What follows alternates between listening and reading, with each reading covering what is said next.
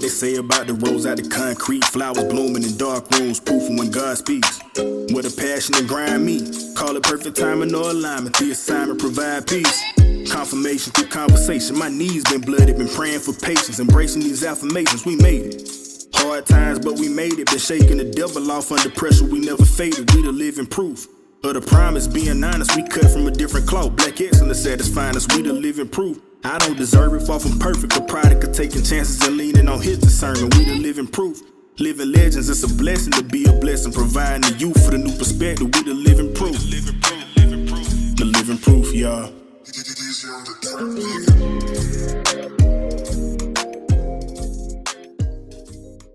Motivational speakers are going into things that they're not equipped to. And I feel like that's what's wrong with a lot of us. We get a glimpse of the vision, but we're not fully equipped, but we're running off anyway. That's just like with this whole processing thing. We're not equipped. Go deeper. What you mean? And it started. What you mean? So, as an African American woman, as someone that identifies as Black, that's like, how can I say this? And why did you tell me it started recording? Now you got me messed up. Don't be messed up. But anyway, I just feel like when you are Black in America, you live in both worlds.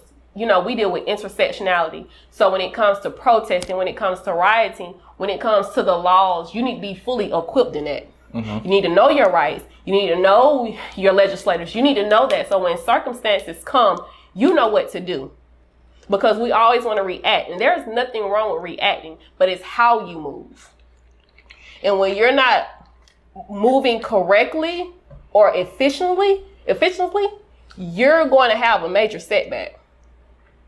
And if you don't know how to speak the language of the enemy, if you don't know the tactics of the enemy, how can you overthrow the enemy? I'm glad you said that. And it is crazy because you might be in my head just a little bit. And so I'm glad you're here. I'm glad you're here. Welcome to another episode of Living Proof. I gotta get that out the way right now. I hope we're recording and everything. I hope everything good because we really wasn't even supposed to. We really wasn't even supposed to start yet, but we here. And so I'm here with Bria. I'm gonna let her introduce herself. She just gave y'all a beautiful introduction of who she is and her mindset. But you can go ahead and tell them, what you do, who you are, all that good stuff. So my name is Bria Aleisha. I am a psychiatric social worker. I'm a lover of all things. I am a believer in God. So yeah, that's me. That's awesome. And so what y'all walked into, we was definitely talking about what's going on right now in our world and just, I guess, our viewpoints. And we was just talking about it before we started rolling. And I really didn't share my view all the way yet. And she really didn't share hers. So this really our first time talking about it. And what she just led with, I feel like is so key. And I feel like I've been saying the same thing. And it's just crazy. And it definitely has to be the Holy Spirit and just perfect timing and alignment. But just in a sense, this very morning, people I definitely, consider close, in the sense of brothers. One, I've been called out my name. Two, called a hypocrite, pretty much because I didn't think the way they did. And I know these times are very emotional, I do. But I think we also have to be able to see people's point of views and be able to, adjust ours. I feel like one, that's a part of growth and that's a part of growing up, to understand that you may be wrong. You may not, know everything in a sense, but you're willing to seek wisdom and understanding. And so what you just said, you was basically saying, man, it's crazy. How like we really got to strategically move and how we can't just react. And I talked about in my reflections about this whole case on the pod was simply that we got to react with a plan and find somewhere to really channel that emotion into. And I think people took it as, and I'm glad you hear that we don't care and we not looking at the pain that is there. You know what I'm saying? Yeah. And I feel like we can acknowledge that, but I'm gonna let you take it from there. You gonna edit this, right? No. What? Not at all. So when you say pain, are you talking about individually pain or a community pain? I mean, we're talking about, I think it goes from collectively as a people. Okay. Definitely a community, and it definitely affects us personally. So, like, all in there. I feel as if when we're talking about pain, we have to go 400 years back. Mm-hmm. So once you go there, how we came to America, in everything, not just slavery, but we're talking about how children were sleeping with other children to breed, how we were breed as animals, how we were just abused, not just on that cotton field, but also mentally. So when we see things like this, it just triggered anger that's been hidden, or anger that has been dormant for so many years. And now it's like, I have the opportunity, I have the ability, I'm going to express how I feel. And that may come off as setting a car off on fire, or that may come off as, I'm going to find every little clip of some slave or every little clip of some black person being beaten, and I'm going to put it on social media so people can understand. And feel it. And I want someone to feel my pain. And it's valid. I think that's the hardest thing to tell people. Like, yes, your pain is valid. We got a reason to be hurting. And just thinking about inequities in education, healthcare, everything set up is against us. It is. You know what I'm saying? But I just really don't feel like, and I know, like I said, people done got mad at me, but I really don't feel like destructing everything, you know what I'm saying, is going to be that answer. It has to be a plan. It has to be strategic, and it got to be on one accord, in a sense. But I will say, and I'm going to reference the Bible, when God is telling us to be sober and vigilant, because your adversary, the enemy, he's seeking for whom he may devour. Certain things don't happen for certain reasons. We should be proactive rather than reactive. What are we doing in our community? What are we doing to prevent these things? How are we protecting our people? And certain things, yes, we're not going to be able to do, but we should have something at the forefront. And I'm glad you said that, because another one of my, I guess, things that kind of grinds my gears in a sense is the people who I know wasn't talking about this weeks ago. No, they wasn't putting anything towards the movement, you know what I'm saying, dropping any type of seeds. But now, let me use my anger and let me take all this out. But I haven't been doing anything daily. I wasn't a daily warrior. I think that's what I called it last night. Like, people that's really on the front lines. And I feel like, and not putting ourselves on any pedestal, but I feel like we are. You know what I'm saying? Like, I chose education, and it said you are educating as well. And trying to help people. We're going to talk about that too. Find their source of healing. You know what I'm saying? And, we definitely got to get into that.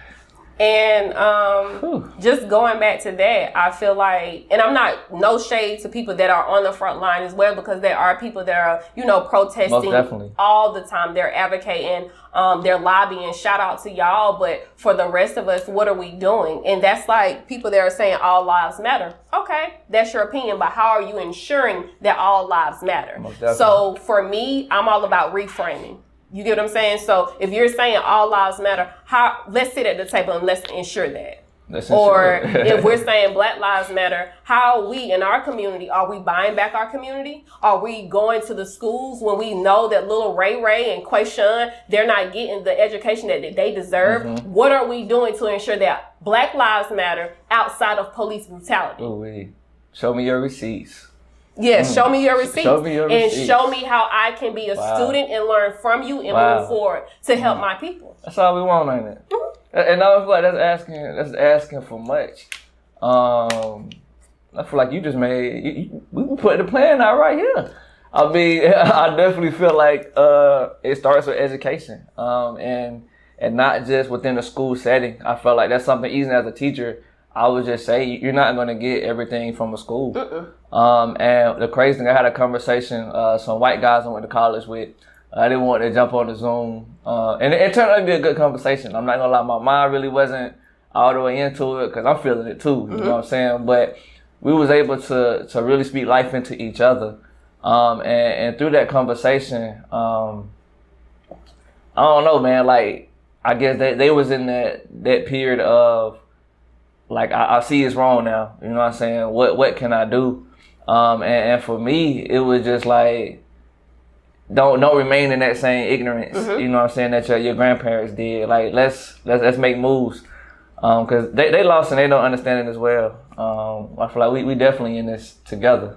We are, and I feel like as Black people, we've been dealing with identity issues for a long time, not knowing our identity, conforming to the thug or the stereotypical African American, dream or desire, and we have to go back to what we feel as is our identity. Whether that's, like you said, going to Africa, or we're reading, or we're doing whatever, or even seeing the value in ourselves. Ooh.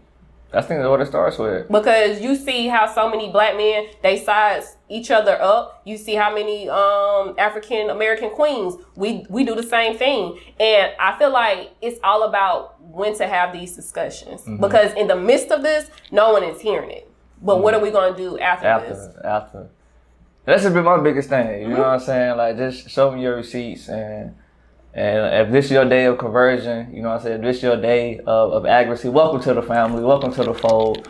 And we was talking about that weight earlier. And just, I don't know if you feel like it's the weight of the world, because I feel like that's a weight I'm not even trying to feel, but it's definitely like a sense of heaviness. It is. We both talked about, and I even heard on your pod, how we, like, even with COVID, you know what I'm saying, how we all been in this space mentally, you know what I'm saying, where we just trying to figure it out.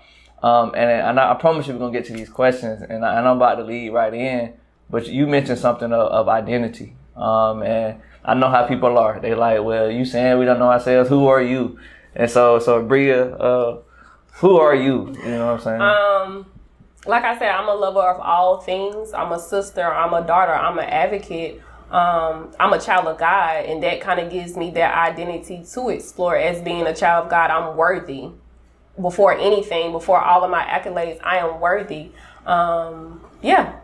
That's who I am. I'm a person that knows thyself, and what I mean by that is I know my characteristics, I know my flaws, I know when to lead, and I also know when to follow. Most definitely, and that's needed. And so I guess even jumping back to this time right now, and I know you may not even have the answer to this because I'm still thinking about it too. Where do you feel like Bria fits into everything that's going on right now? Ooh. And I think about that verse of Esther, and it's something in my class we end on in our pledge, but how it talked about her being born for such a time as this. And I really feel like it is. And one thing my mother said the other day, when she was talking about how she felt about the death, she was like, she don't feel like God took his life. And she said, but in a sense, something has to die. You know, in Christ we really don't die. But she said something has to die in order for something to be birthed. And she said a lot of things are being uncovered right now. And I just thought that was real. And so just in your aspect, where do you feel like you play into this moment? Just to kind of piggyback on what your mother said. So I've been kind of getting to know God even on a more personal level. And I was reading the Bible, and I hate when I can't quote scriptures, but it said that God creates good and evil. And in his eyes, he doesn't see, there's no difference. Even in the darkness, he still sees the lightness. Wow. And we feel like the world is so dark, right? But there is still lightness, and I believe that we are supposed to be the light. That's why I feel, because it's not about black and white, it's about righteous and unrighteous, and my God is a God of righteousness and justice, and that's what we have to pull over people too. And I feel like I want to be one of those people that's pulling people over, not because I'm black, because what's right is the right thing to do, and we're going to stand in righteousness. But you don't know what they did 400 years ago. You don't know. And so, but I understand it, man, and I definitely agree. And that's what God has called during this time. So thank you for being a voice. And while we're on that topic of being a voice, Bria also has her podcast. You can let them know about it and how they can find you. Yes. So my podcast is called Surviving 20s Podcast with Bria Aleisha. It's on all streaming platforms, and we just talk about reality as a 20-something-year-old, and you know how we're just surviving and what we're doing to get through it. Yeah. Man, and that's amazing. And she definitely a real one. I was telling her the ideal I was having. She hit me up with all the resources real quick. And I feel like this one is how it's supposed to be. Most definitely. And so y'all support. Please. Most definitely. She definitely is talking about some real issues and some real things. And just how, I'm going to tell you straight up what I first love about Surviving 20s. Bria is a cussing Christian like me. And can we talk about that for 2 seconds? Like, how is that liberating for you to be able, first, I don't know why she apologized when she cussed around me earlier. Like, hold up, you know what I'm saying? Like, my tongue is not always great as well. That's true. I just feel like God wants us to be our authentic self. Not saying that we shouldn't strive for perfection, most definitely, but he cannot bless mess, and he can't bless what you don't reveal.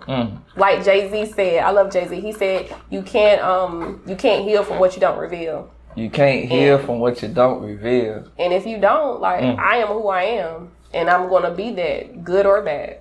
That's deep. That's real deep. Y'all should tweet that. You on Twitter? I am. What's the Twitter No, IG? don't follow me. No. Follow Jesus. That's all right. So, first of all, I feel this is definitely already one of my favorite conversations, and I knew it was going to be. She featured me on one of her Survivor 20 podcasts, and it had me thinking about stuff I never even thought about before.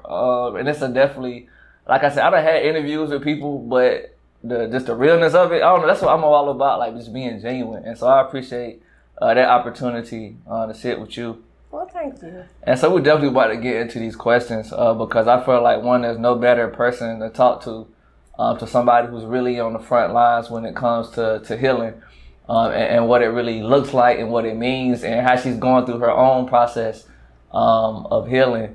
And so my first question, and I love the responses of these questions. It's really eye-opening, and you really see the heart of people. And so my first question, Ms. Bria, was in your words, what is a healer, and do you consider yourself a healer? So, disclaimer, he sent me these. I emailed him. I forgot my answer, so it's cool. Best of my ability. So to me, a healer is someone that basically heals someone, but more importantly, they're pouring in life to them. But for me, the characteristics of a healer, you have to have a level of discernment. You have to have wisdom, and you have to know your own limitations, because a lot of people are saying that they are healers and they're trying to heal everybody. And once you're trying to heal everybody, you don't have the discernment of who needs to be healed and who's not, and who's ready. Because you can't touch and lay hands on everyone, and if they're not ready. If they're not ready, you're doing them a disservice and you're doing yourself a disservice. So you have to have a level of discernment. Most definitely. So do you consider yourself a healer? No, I do not identify as a healer because that placed the responsibility on me. And when you want that, if I'm saying that I'm a healer, that means I'm solving all your problems. You just need to arrive. And that's a disservice, because once you leave me and I have not equipped you with the things that you'll need, then you'll go back to those pacifying behaviors. And that's what you see now during the COVID time, during this police brutality. You see people going back to pacifying behaviors to collar them, to have them cope. For me, I'm a guider. I'm going to guide you to what you need. So yeah, that's what you wrote. Okay. You know what I'm saying? But I definitely got to read something that you wrote that really struck me. And this is what it says. And I'm going to read the whole text for 100% authenticity. Correct me later. All right. This is random, but it goes with my answer as to why I don't consider myself a healer. The blessings of Jesus was supposed to attract people to God with the ultimate goal of being reborn and being a child of God. What people miss is that the relationship with Christ is supposed to sustain the healing and help us continue to live a blessed life. So many people are attracted to being healed that they lose sight of what's supposed to help them remain whole. The goal is not only to become healed, but to remain whole. People have this expectation of healers that you're supposed to heal them, fix them, all their problems, when in actuality, a healer is supposed to guide them to a self-sustained journey of wholeness. Yeah. My God.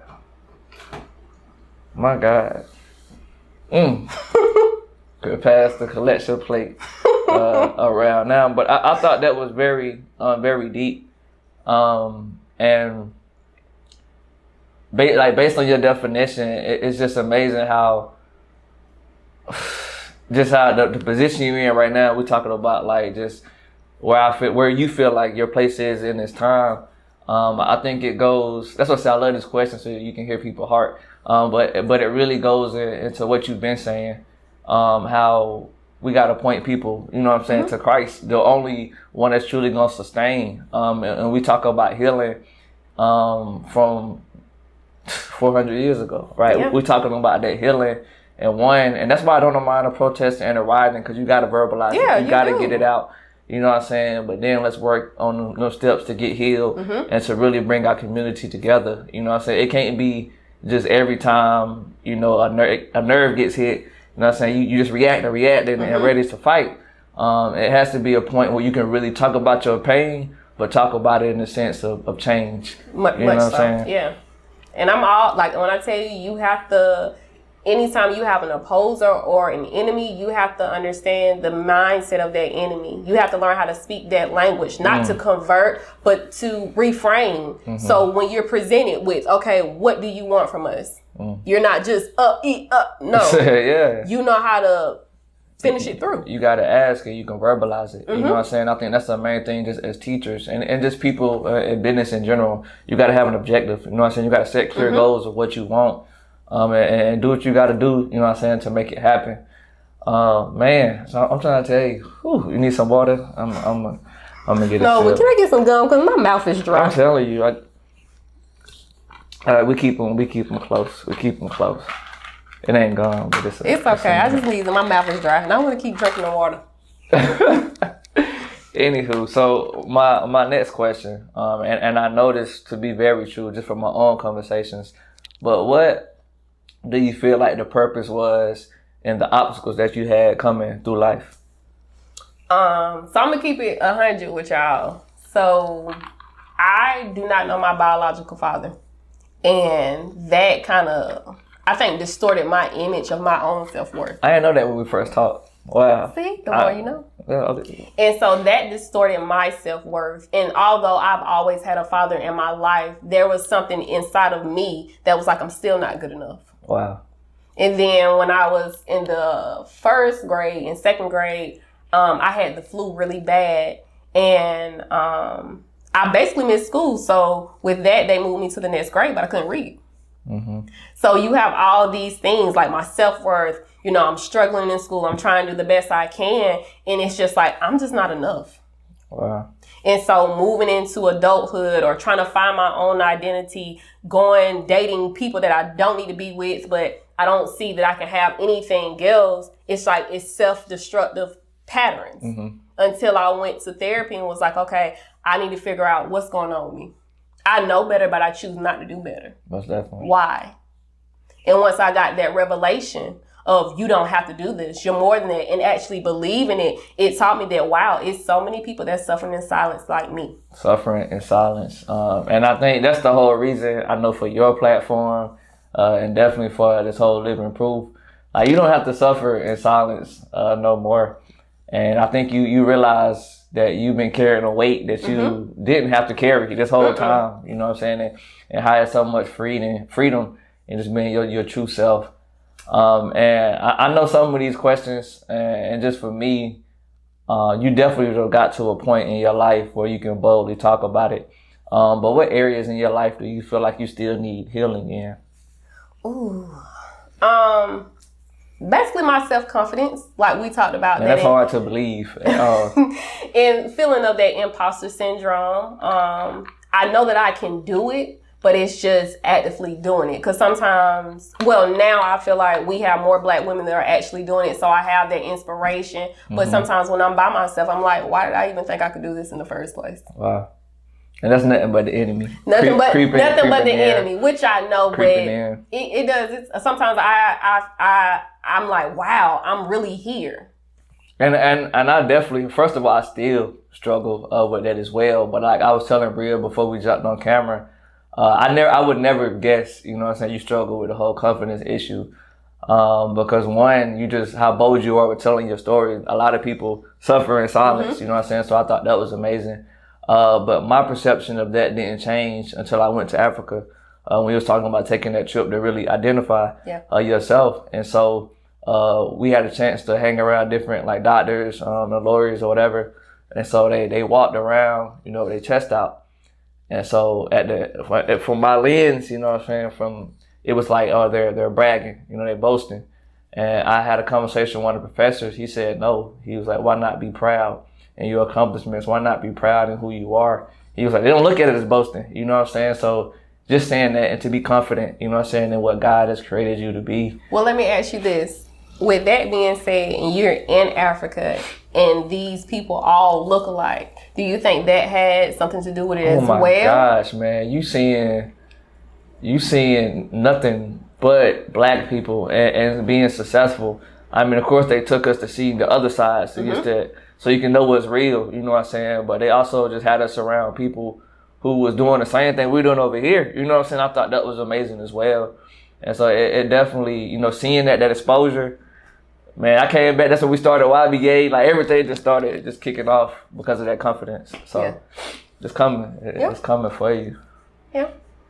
Was you about to say something? No, that's why I asked. I said with being in Africa, and I feel like when you're going back to home, as I say it, and you're seeing just this community of people that look like you, that understand you, I think as African Americans, we feel like the stepchild. Yeah. So when we're breaking glass, we're not only breaking the glass for us, we're breaking the glass for people behind us. And sometimes I think that's why we struggle. I know for myself, I struggle with my confidence because I know that it's plenty of kids back home that look like me.